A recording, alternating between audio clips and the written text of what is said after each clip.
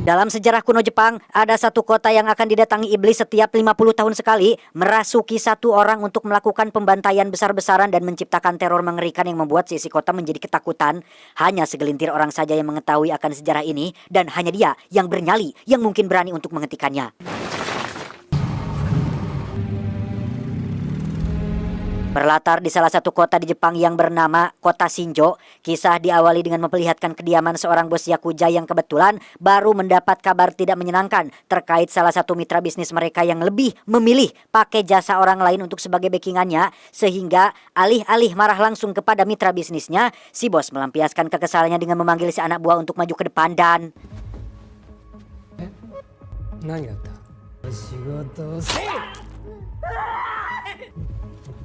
Di saat yang bersamaan di luar, ada seorang misterius yang mulai menumbangkan satu persatu penjaga, disusul oleh kemunculan darah yang mengecelak dari atas jendela, sampai ketika mereka menyadari adanya suatu ancaman, si bos pun langsung dibawa keluar untuk diamankan, tetapi...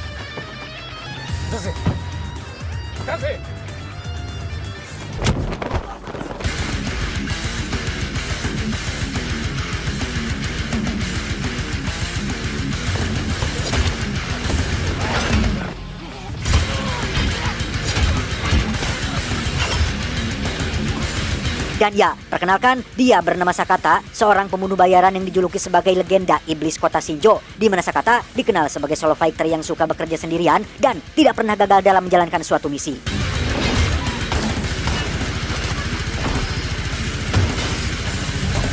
Selesai dengan para kroco, kini Sakata harus menghadapi pengawal si bos yang punya badan besar dan lumayan bisa gelut, namun fisik dan skill tampaknya masih belum cukup untuk mengalahkan seorang Sakata karena...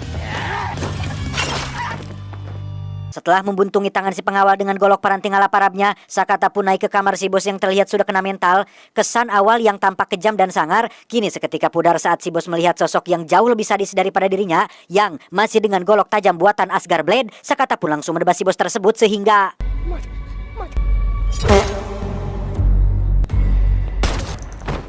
Perkenalkan, dia bernama Akira, sahabat Sakata sekaligus agen yang biasa memberinya pekerjaan. Ternyata misi barusan adalah misi terakhir Sakata sebelum pensiun, karena diketahui ia sudah memiliki keluarga kecil dan ingin fokus dengan kehidupan barunya.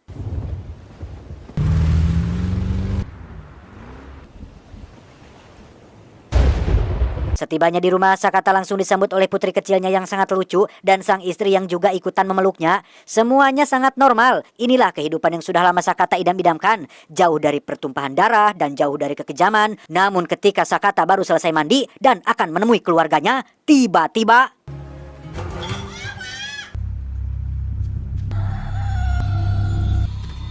Ya, ada beberapa pria bertopeng seram yang menyatroni rumahnya. Sempat melakukan perlawanan, Sakata benar-benar tidak berdaya ketika keluarganya ikut dilibatkan, sehingga... Sang pemimpin yang dipanggil dengan nama Master yang memakai topeng iblis bertanduk pun mengucapkan rasa terima kasihnya atas jasa Sakata yang sudah membantai semua kelompok Yakuza yang ada di kota ini. Semua ancaman sudah lenyap, semua kelompok ormas sudah punah. Sekarang kota Shinjo akan menjadi kota yang aman dan nyaman. Namun masih ada satu ancaman yang belum dilenyapkan, yaitu Sakata itu sendiri. Sehingga kedatangan mereka ke sini adalah untuk menghabisi nyawa Sakata demi terciptanya kedamaian di kota Shinjo.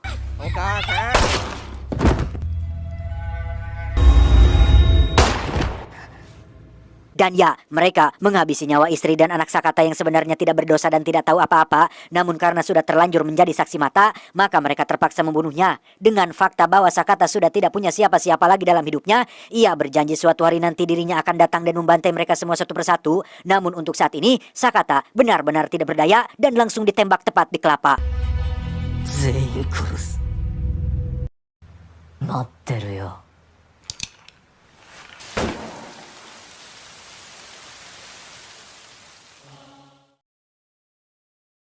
12 tahun kemudian, secara mengejutkan Sakata ternyata masih hidup. Tembakan yang ia terima pada malam itu memang tidak sampai merenggut nyawanya, namun Sakata harus mengalami kelumpuhan seumur hidup akibat dari peluru yang menyerempet syaraf-syaraf kecil di otaknya. Orang yang paling berkontribusi besar pada kelangsungan hidup Sakata tentu saja adalah Akira yang pada malam itu datang tepat waktu dan langsung melarikannya ke rumah sakit. Bahkan setelah 12 tahun berlalu tanpa mendapatkan apa-apa, Akira masih setia mengurus Sakata dan memberinya sebuah tempat tinggal sederhana lengkap dengan seorang pengasuh yang akan merawatnya setiap hari.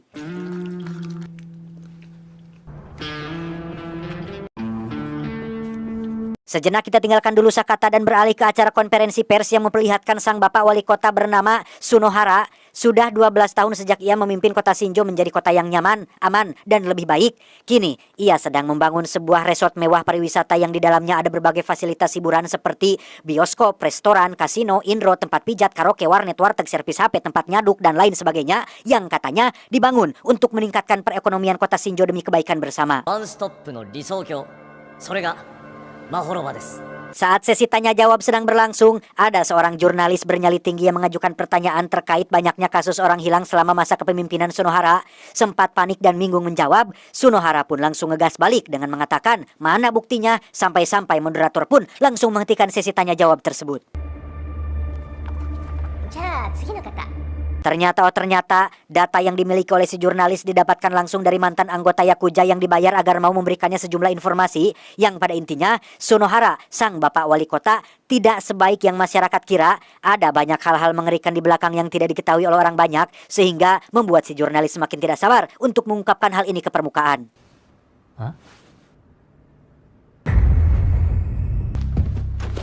Dan ya, muncullah pria bertopeng iblis merah memecahkan kaca mobil dan berlari mengejar si jurnalis sampai akhirnya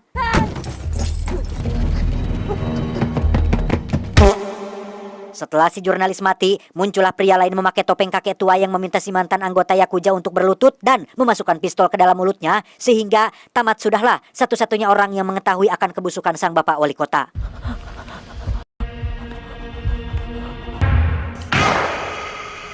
Kembali ke Sakata yang sedang diajak jalan-jalan malam oleh pengasuhnya, di mana seorang pria tiba-tiba saja menikam dari belakang, yang ternyata itu adalah sosok si pengawal yang tangannya sudah dibuntungi dengan awal tadi. Menyadari Sakata sudah lumpuh dan tidak bisa mengingat apa-apa, membuat si pengawal tidak jadi balas dendam dan membiarkan Sakata tergeletak begitu saja.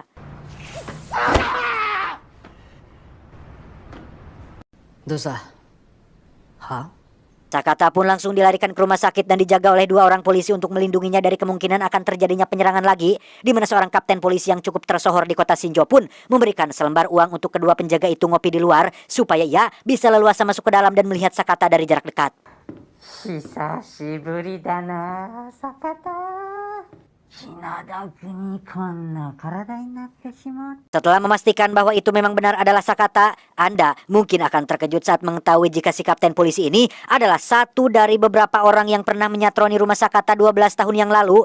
Ia adalah sosok yang memakai topeng kakek tua yang juga menjadi pelaku pembunuhan si mantan anggota Yakuza, sehingga menyadari ada salah satu tersangka yang sudah membunuh anak dan istrinya, Sakata pun seketika bisa menggerakkan mata dan jarinya dan inilah yang terjadi.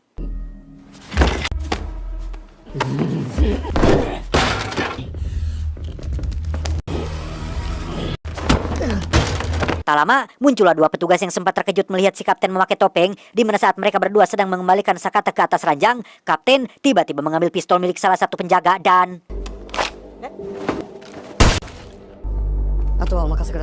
ya, satu di antaranya adalah masih komplotan si kapten dan yang dibunuh barusan adalah polisi jujur yang dapat berpotensi membahayakan karirnya. Seorang dokter yang tak sengaja melihat dari luar pun langsung ditarik masuk ke dalam dan Anda semua sudah pasti tahu seperti apa nasibnya.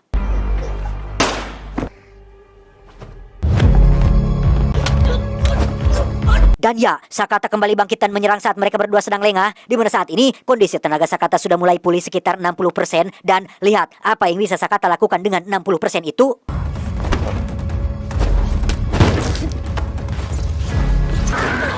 Menggunakan barang-barang yang ada di sekitarnya, seperti contohnya selang infus, Sakata mencoba membunuh si kapten dengan cara dicekik. Gagal dengan selang, Sakata pun mengambil tirai dan inilah yang terjadi.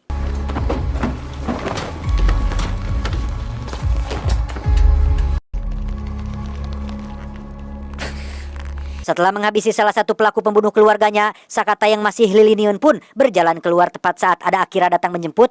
Sejenak kita tinggalkan dulu Sakata dan beralih ke pabrik narkoba milik sang master yang dikelola oleh anak buahnya yang bernama, kita panggil saja si pengelola, yang memakai topeng iblis bertanduk 1. Baru saja mendapat kabar tentang Sakata yang masih hidup dan mungkin akan mendatangi pabrik untuk menuntut balas dendam.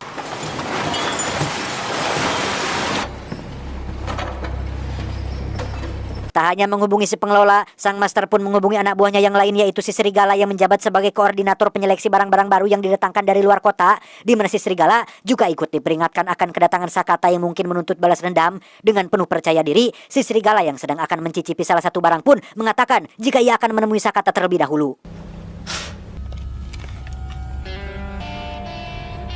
Dan Anda mungkin akan terkejut saat Master juga menghubungi salah satu anteknya yang lain, yaitu Akira. Ternyata pembantaian keluarga Sakata 12 tahun lalu ada keterlibatan Akira yang dibayar untuk memberitahukan seluruh informasi dan identitas asli Sakata, sehingga semua bantuan yang ia berikan selama 12 tahun ini adalah sebagai bentuk penyesalan atas kematian istri dan anak Sakata.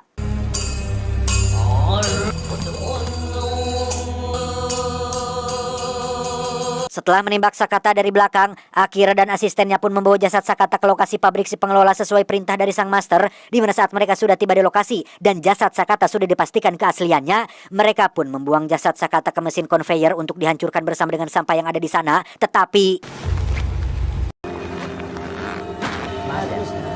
ya, Sakata ternyata masih hidup untuk menuntut balas dendam kepada si pengelola, di mana ini semua adalah berkat bantuan Akira yang lebih berpihak kepada sahabat lamanya. Namun karena si pengelola terus memantau monitor CCTV, ia pun langsung menghubungi penjaga gerbang depan dan menyuruh untuk menghabisi Akira dan asistennya.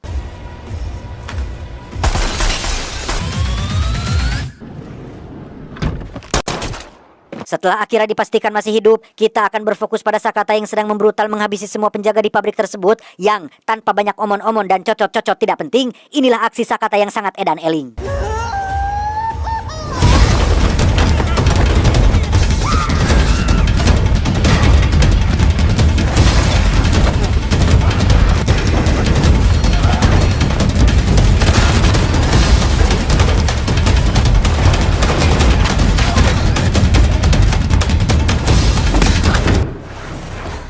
Selesai menghabisi semua penjaga, Sakata langsung pergi ke ruangan tempat si pengelola biasa berada. Namun ternyata ia sudah berada di luar sambil memegang ponsel untuk memicu ledakan besar, dan inilah yang terjadi.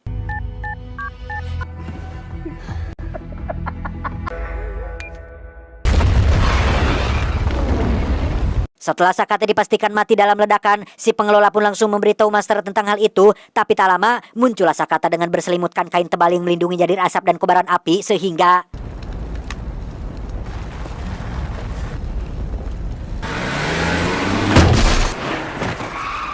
ya, muncullah Akira yang menabrak si pengelola hingga pingsan, di mana si pengelola yang sedang terluka parah pun akhirnya jujur tentang keterlibatan dirinya dalam kematian keluarga Sakata, sehingga tanpa ragu Sakata pun langsung menembaknya sebelum selesai berbicara.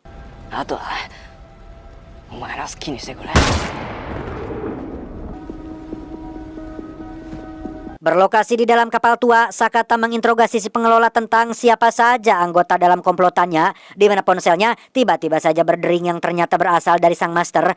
Mendengar Sakata mengancam akan membantai semua orang yang terlibat dalam kematian keluarganya, master pun langsung mengancam balik dengan mengatakan tentang anak kandung Sakata yang ternyata masih hidup dan selama 12 tahun ini dirawat dengan baik oleh si Serigala yang berpura-pura sebagai ayah kandungnya.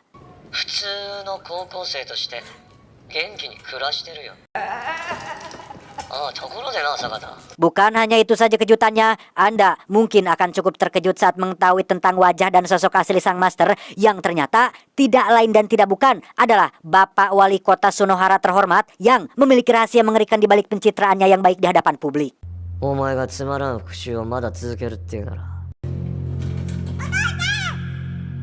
Selesai dengan si pengelola yang mati dihajar sampai babak belur, kita akan melihat sosok Rio, putri kandung Sakata yang dulu kecil, kini sudah besar dan beranjak remaja, di mana si Serigala yang berperan sebagai ayah palsu pun pura-pura perhatian dan merawat sepenuh hati, padahal mempunyai niat jahat ketika usia Rio sudah cukup untuk menahan rasa nyeri.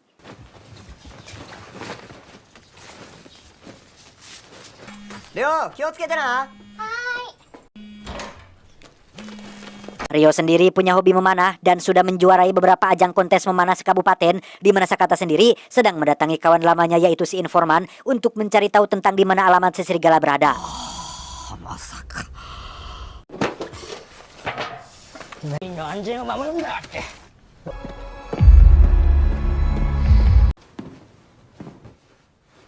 Tak buang waktu, Sakata langsung mendatangi kediaman si serigala dan menemukan foto-foto masa kecil sampai besar putri tercintanya. Yang tepat saat si serigala datang, Sakata yang marah besar pun langsung nyerenteng dan menghajarnya sampai akhirnya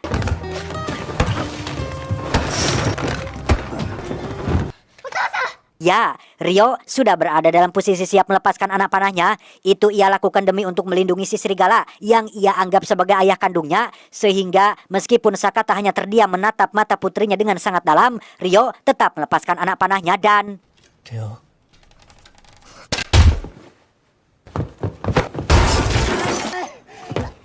tak lama setelah Sakata kabur dengan anak panah yang masih menancap di bahunya, muncul anak buah master yaitu si topeng iblis merah yang akan membawa Rio untuk dimanfaatkan sebagai sandera. Sementara untuk Sakata, ia ditelepon oleh master yang mengundangnya untuk datang ke resort mewahnya yang baru dibangun demi untuk menyelesaikan semua permasalahan ini. 大きくなってたろあの子に Bukannya pergi ke klinik atau puskesmas terlebih dahulu, Sakata langsung mendatangi markas selamanya semasa ia masih aktif bekerja. Di sana terdapat banyak sekali perlengkapan dan jenis senjata tajam yang tersedia. Namun Sakata tetap memilih golok unik favoritnya dan jaket kulit yang menjadi ciri khasnya.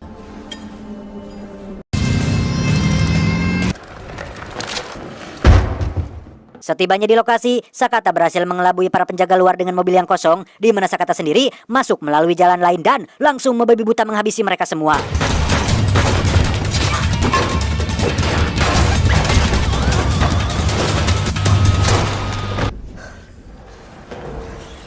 Yang barusan masih belum ada apa-apanya, karena ketika Sakata harus menaiki anak tangga menuju lantai yang dimaksud, ia masih harus menghadapi puluhan penjaga yang terus berdatangan dan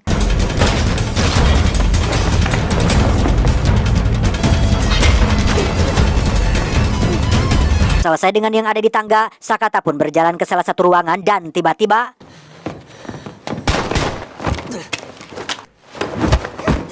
ya, itu adalah si serigala yang diperintahkan untuk menghadapi Sakata oleh sang master, di mana pertarungan berlangsung cukup singkat karena pada dasarnya si serigala hanya jago dalam congor-mencongor dan minim skill dalam berkelahi.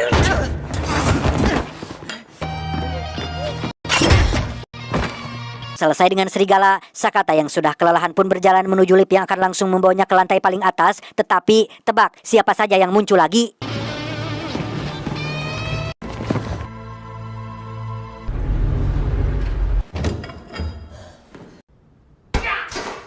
Setelah membantai hampir 100 orang lebih dalam sekali waktu, Sakata langsung pergi ke ruangan tempat Rio berada, tetapi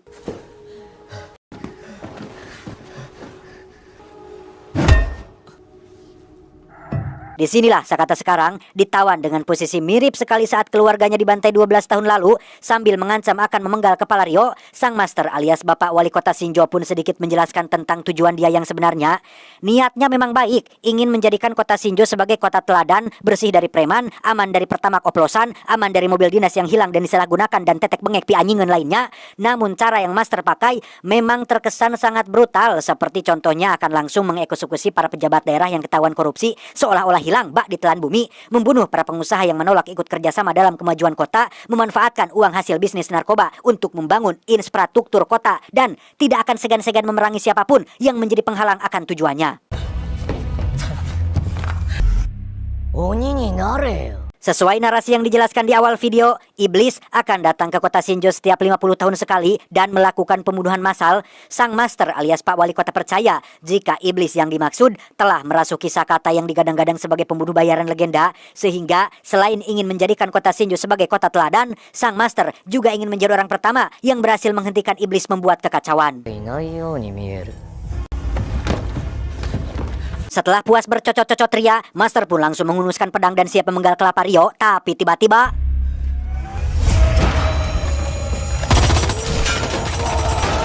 ya, muncullah si informan yang menembak secara membabi buta, di mana insiden 12 tahun lalu pun kembali terulang ketika Sakata berteriak menyuruh putrinya untuk berlari, sehingga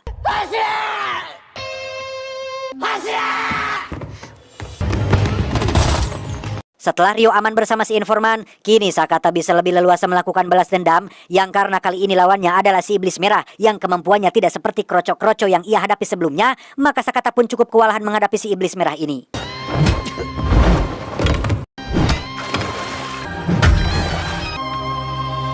Saat posisinya sudah benar-benar tak berdaya, Sakata akhirnya teringat dengan wajah mendiang istrinya, sehingga dengan kemarahan yang selama 12 tahun tidak terbudalkan, Sakata pun akhirnya bangkit dan inilah yang terjadi.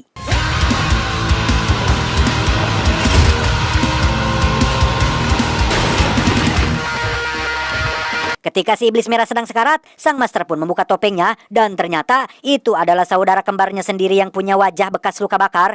Tak ingin bersedih atas kematian saudara kandungnya, master pun langsung memakai topeng iblis putih kebanggaannya dan...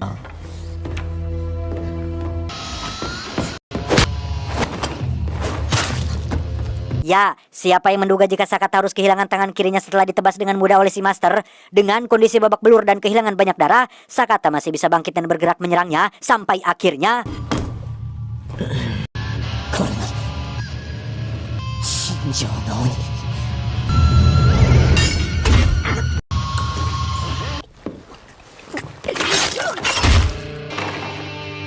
Tepat saat Sakata berhasil membunuh sang master, muncullah Ryo yang kembali untuk menjemput ayah tercintanya, tetapi...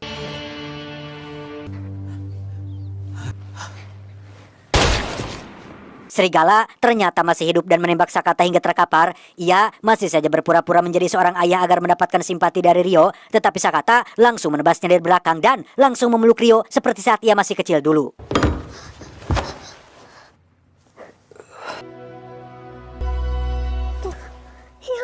Tak lama setelah Sakata menghembuskan napas terakhirnya dalam pelukan Ryo, muncullah aparat yang langsung mengamankan semua orang di lokasi.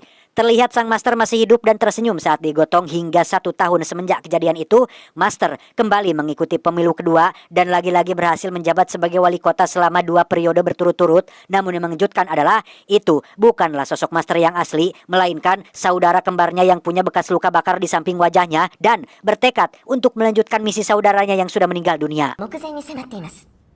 あの一連の事件で亡くなった死の関係者全員の悲願でした。